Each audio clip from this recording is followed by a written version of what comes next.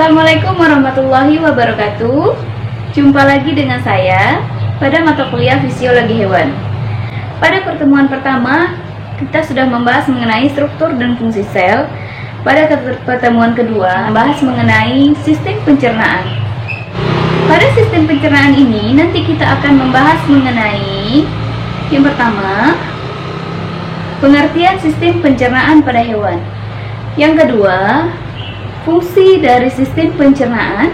Yang ketiga, macam-macam sistem pencernaan. Yang keempat, kita akan membahas mengenai sistem pencernaan pada hewan invertebrata dan hewan vertebrata. Adapun tujuan dari materi kita hari ini adalah yang pertama, mahasiswa diharapkan nanti dapat menjelaskan pengertian sistem pencernaan. Yang kedua, mahasiswa dapat membedakan. Yang kedua, mahasiswa dapat menyebutkan fungsi dari sistem pencernaan. Yang ketiga, mahasiswa dapat menyebutkan macam-macam sistem pencernaan pada hewan. Yang keempat, mahasiswa dapat membedakan sistem pencernaan antara hewan invertebrata dan hewan vertebrata. Untuk lebih jelasnya mengenai sistem pencernaan ini, mari kita ikuti ulasan materi berikut ini.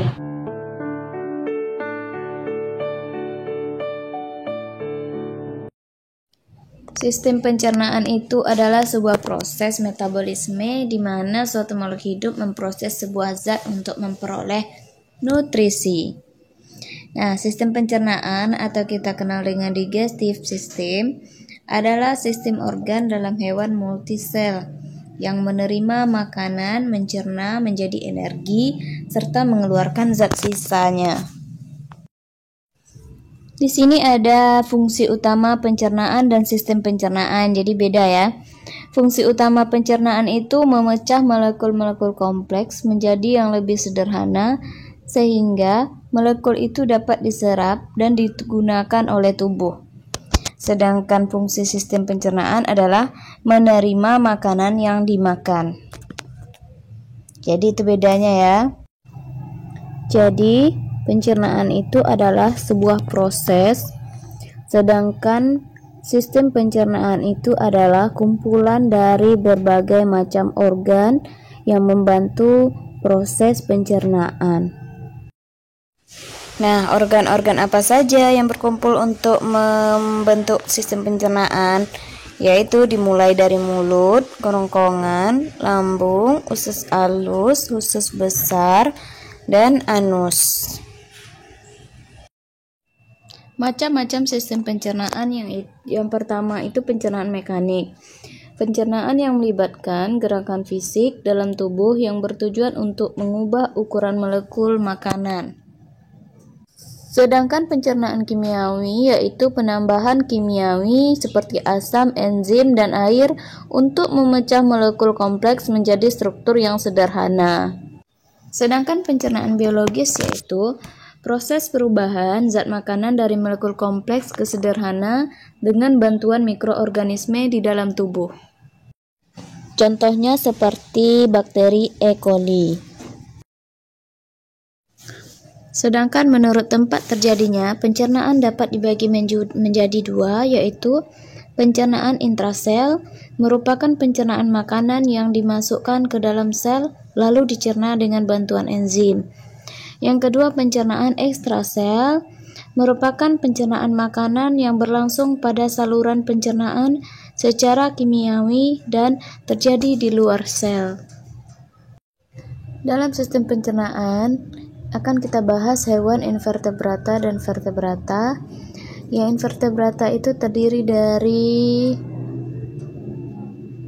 9 kelas, vertebrata terdiri dari 5 kelas. Yang pertama kita bahas protozoa. Di sini ada amoeba. Nah, cara makannya ada makanan, terus amoeba bergerak ke arah makanan. Amoeba mengelilingi makanan tersebut dengan pseudopodium atau kaki semu. Selanjutnya, makanan tersebut terkurung oleh kaki semu dan terbentuk vakuola makanan. Nah, selanjutnya makanan tersebut dicerna lalu diedarkan ke seluruh tubuh. Selanjutnya platyhelminthes, contohnya itu planaria, terdiri dari faring, rongga mulut, epitelium usus, vakuola makanan. Nah, prosesnya sari-sari makanan diabsorpsi atau diserap dan secara difusi masuk ke dalam jaring-jaringan tubuh. Sisa-sisa yang tidak dapat dicerna dikeluarkan melalui lubang mulut.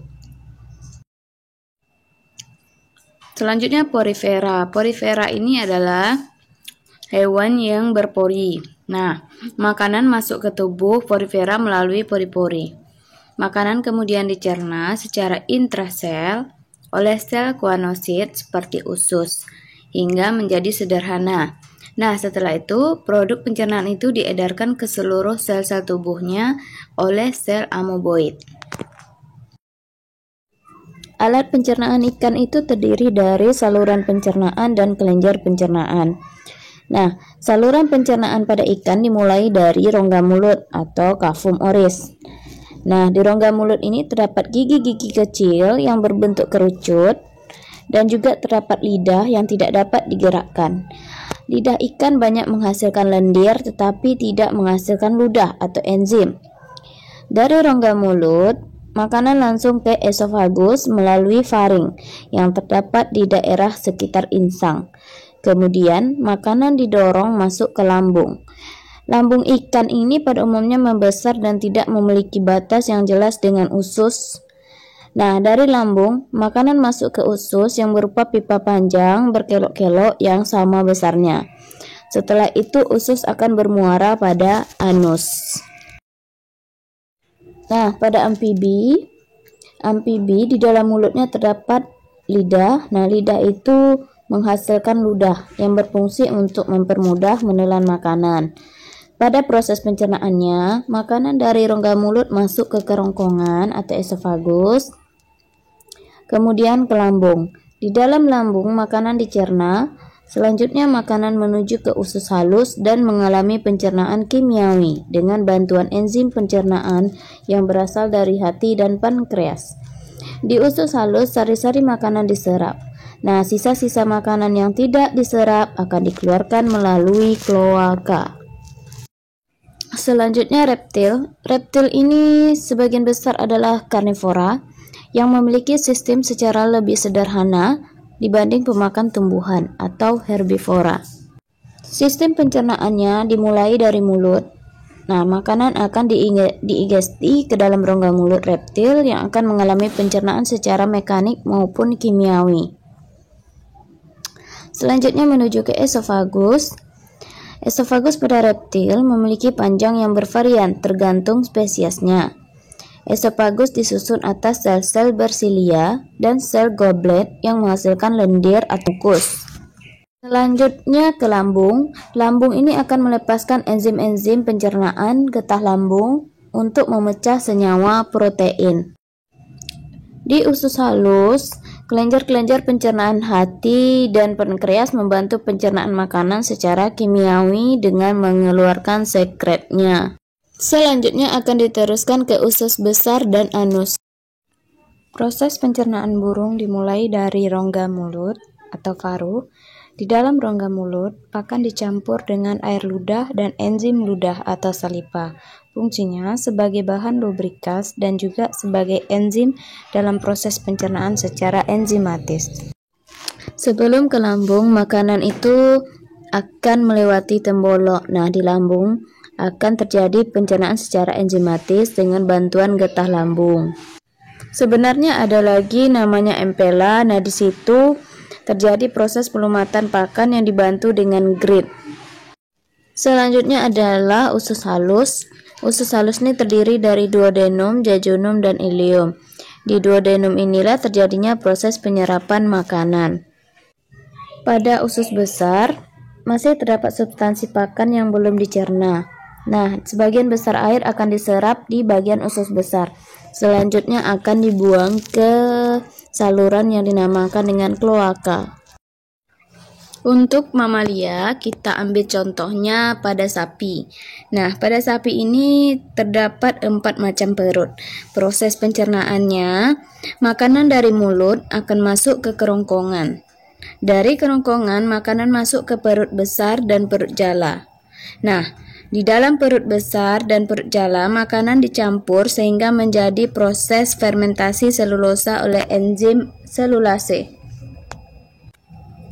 Makanan yang belum dikunyah dengan sempurna atau masih kasar akan dimuntahkan kembali ke dalam mulut untuk dikunyah kedua kalinya.